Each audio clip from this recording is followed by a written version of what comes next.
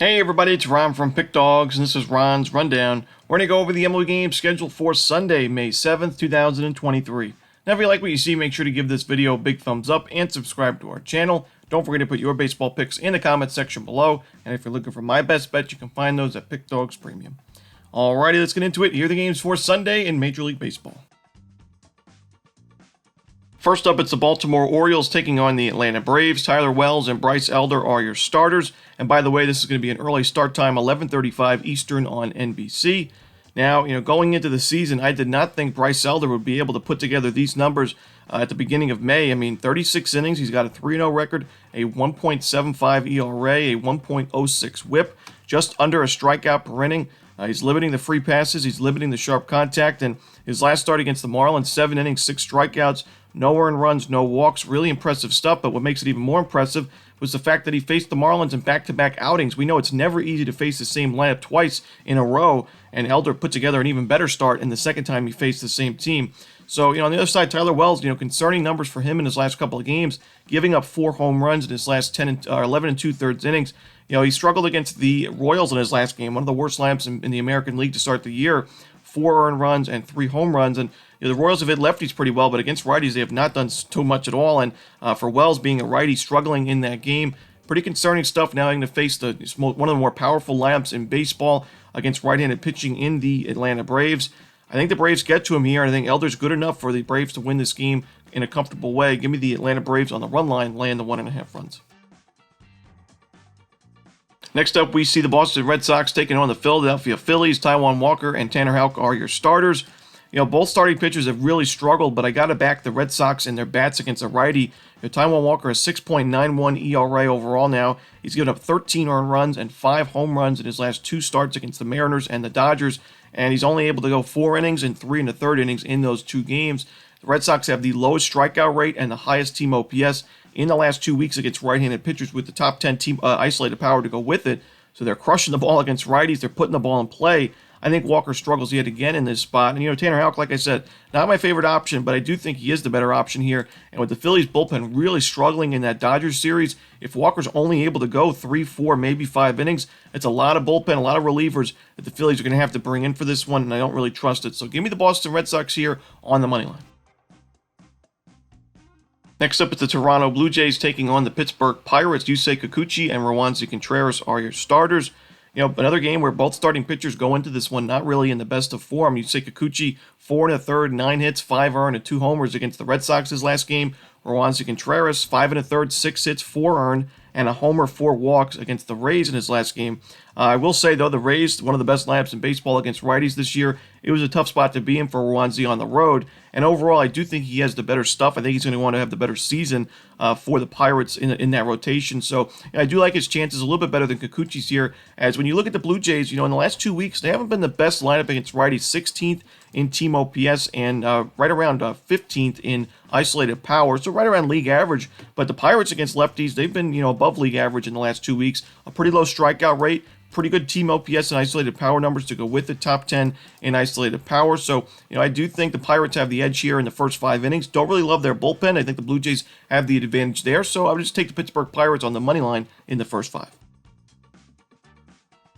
Next up, it's the Minnesota Twins taking on the Cleveland Guardians. We're going to see Joe Ryan and Cal Quantrill on the mound in this one.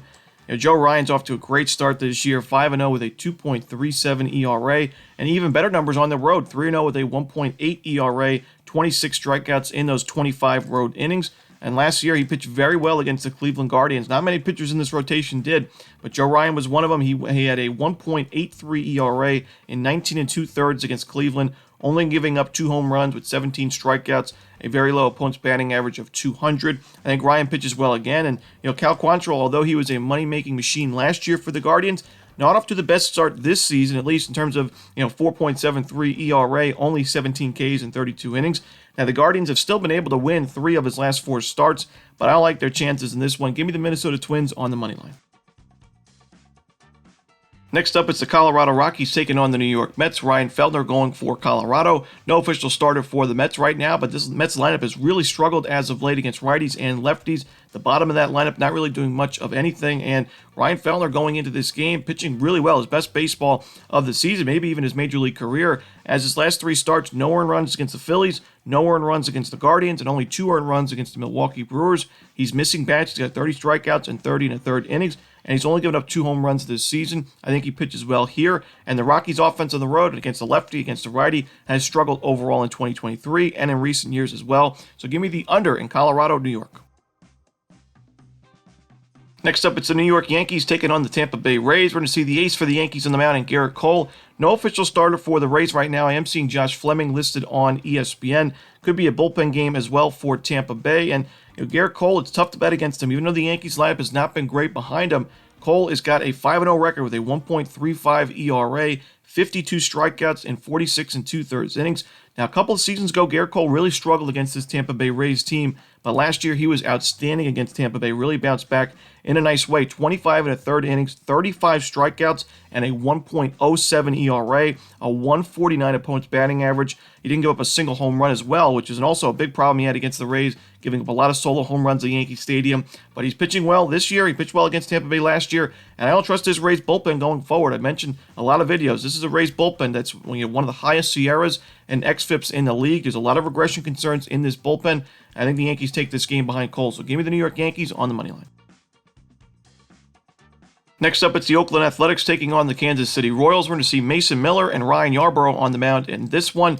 And Mason Miller, outstanding start in his last game. 7 innings, 6 strikeouts, no earned runs, no hits. He had 4 walks allowed, so that's why he was not able to go for the complete no-hitter in that game. But still, excellent stuff from him, and he's able to miss a lot of bats, which is important. As a right-handed pitcher, this Royals team has had some issues with striking out against righties overall this season. And against lefties, the A's are facing Ryan Yarbrough. The A's have crushed lefties as of late. You look at their numbers, number 8 in baseball in team OPS, number 4 in baseball in isolated power against southpaws in the last 2 weeks. Their strikeout percentage is down as well against lefties.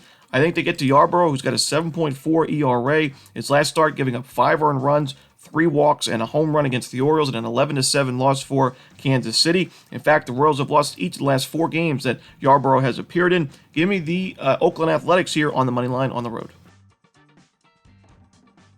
In our next ball game, we see the Detroit Tigers taking on the St. Louis Cardinals. No official starter for the Tigers right now. We should see Steven Matz going for St. Louis. Enough for me to take the Tigers in this game. The Tigers have hit lefties very well in the last 2 weeks. Their strikeout percentage is down from their season average. Their team OPS is way up to 5th in baseball, and their isolated power is 8th in the league. We saw him get to Jordan Montgomery in the first game of this series. I think Steven Matz is the worst pitcher in this rotation. Obviously, 0-4, 6.39 ERA. He has struggled against a lot of different styles of teams that don't hit lefties well, teams that do hit lefties well. He's given up at least a home run in each of his last 4 starts. At one point, I was a Steven Matz apologist. No longer. Give me the Detroit Tigers on the run line and the money line in this one.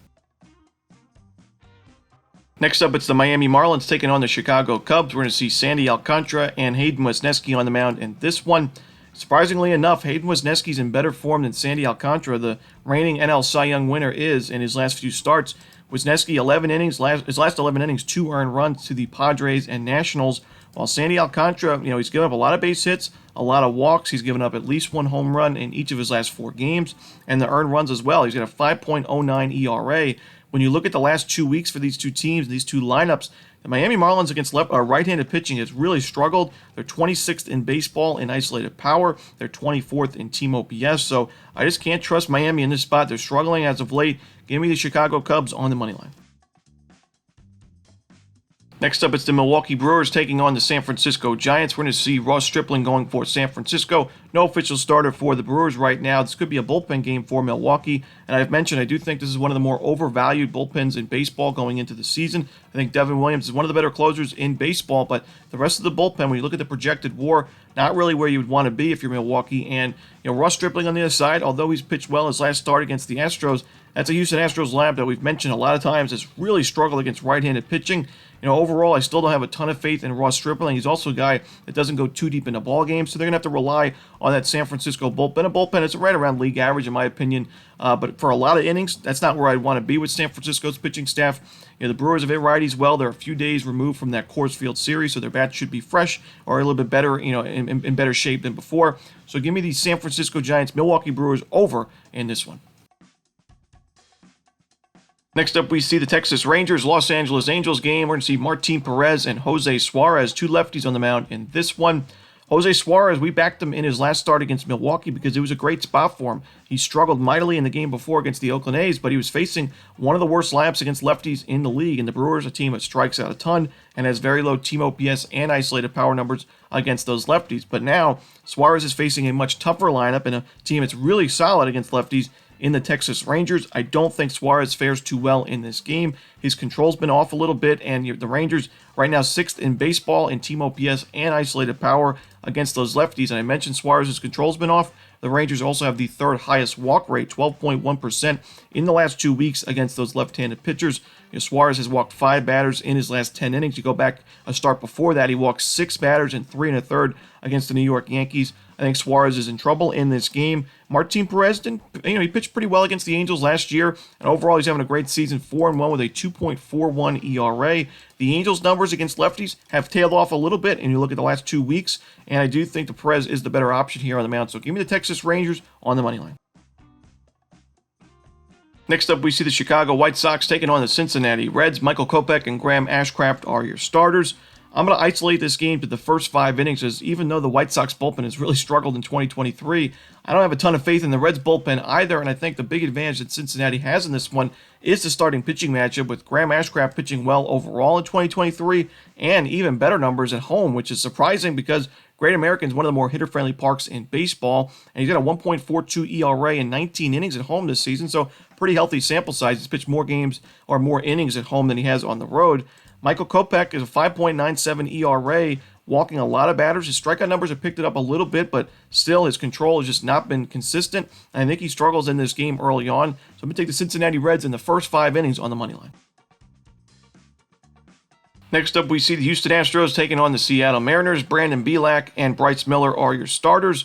Two guys with less than 10 innings at the major league level this season. Brandon Bielak went 4 innings in his last game against San Francisco. It was a spot where he went into the game after Luis Garcia went down with an injury, and he pitched pretty well. He kept the Astros competitive in that game, but I still have my concerns in his game's control, giving up sharp contact. We've seen him in prior years have some issues. We saw in his first season at the big league level an ERA above 6, then a 4.5 ERA, and his walk-to-strikeout ratio not really where you'd want it to be. I do think he could struggle here, but the big thing for me is Bryce Miller, excellent in his first start, 6 innings, 10 strikeouts, only 1 earned run. He's a right-handed pitcher. The Astros have notably struggled against righties this season, so I'm going to take the Mariners here at home. I think both of these bullpens are solid. I think both of these lineups are solid, but I give the edge to Miller here in this matchup, so give me the Mariners on the money line. Next up, we see the Washington Nationals taking on the Arizona Diamondbacks. We're going to see Trevor Williams and Ryan Nelson on the mound in this one. Give me the over in this game. Trevor Williams has that ERA below 4. I don't think it's going to last too much longer. He's only got 21 strikeouts in 31 2/3 innings. He's been able to give the Nationals competitive innings, but we've also seen him struggle at points this season, even back a couple starts ago against the New York Mets, who have not been a very competitive lineup lately. He went 5 innings, giving up 9 base hits, 4 earned runs, and a homer in that game. And I do think the Diamondbacks, a team that limits strikeouts at the plate, I think they'll be able to get to Williams early and often and attack this pretty weak Nationals bullpen. On the other side, Ryan Nelson, another guy who has some control issues, only 19 strikeouts in 31 innings. The Nationals also do a good job at limiting strikeouts, so both of these teams should be able to put the ball in play almost every single at-bat in this game. Ryan Nelson's last start, it was a tough spot to be in at Coors Field, but he still gave up 9 base hits, 6 earned runs, and only 4 innings. And before that, against the Kansas City Royals at home, which should have been a good spot for Nelson, he went 5 innings, 11 base hits, and 4 earned runs. So he's struggling. Williams, I don't really trust. I think there's going to be some regression in his game. Don't love either of these bullpens, so give me the over in Washington, Arizona. And the final game for Sunday's card in Major League Baseball, it's your Sunday Night Baseball contest on ESPN. It's going to be the Los Angeles Dodgers and the San Diego Padres. Julio Urias and Joe Musgrove, Java Joe on the mound in this one. I'm going to take the San Diego Padres in this game on the money line. Joe Musgrove pitched well against the Dodgers last season, and although you look at that ERA at 10.8 to start the year, you think, oh man, he is not in good form. While I do think he could be in better form, that's for sure, He had a really tough spot to be in last start against the Giants in the Mexico City series. We know the altitude in that stadium was higher than Coors Field by, I think, more than 4,000 feet. So it was a tough spot to be in for Musgrove, only pitching in his second game of the year. Like I said, last year he pitched well overall and well against the Dodgers. And Julio Urias, he's been inconsistent in 2023. A left-handed pitcher facing this Padres lineup that's crushed lefties as of late. The Padres, third in the league in team OPS, seventh in the league in isolated power, a low strikeout rate to go with it in the last 2 weeks, and a high walk rate, 13.7%. Urias, like I said, last start was excellent against the Phillies, but before that against the Pirates, 6 earned runs in 5 2/3. Before that against the Cubs, 5 earned runs and 2 home runs in 3 1/3. He's given up a home run in each of his last 5 games. I don't trust him in this spot. Give me the San Diego Padres on the money line in Sunday Night Baseball. And that's it. Those are the games for Sunday in baseball. Hope you enjoyed this video. If you did, don't forget to hit that like button and subscribe. And don't forget to put your baseball picks in the comment section below. Again, if you're looking for my best bet, you can find those at Pick Dawgz Premium. As always, this is Ron Romanelli. Good luck.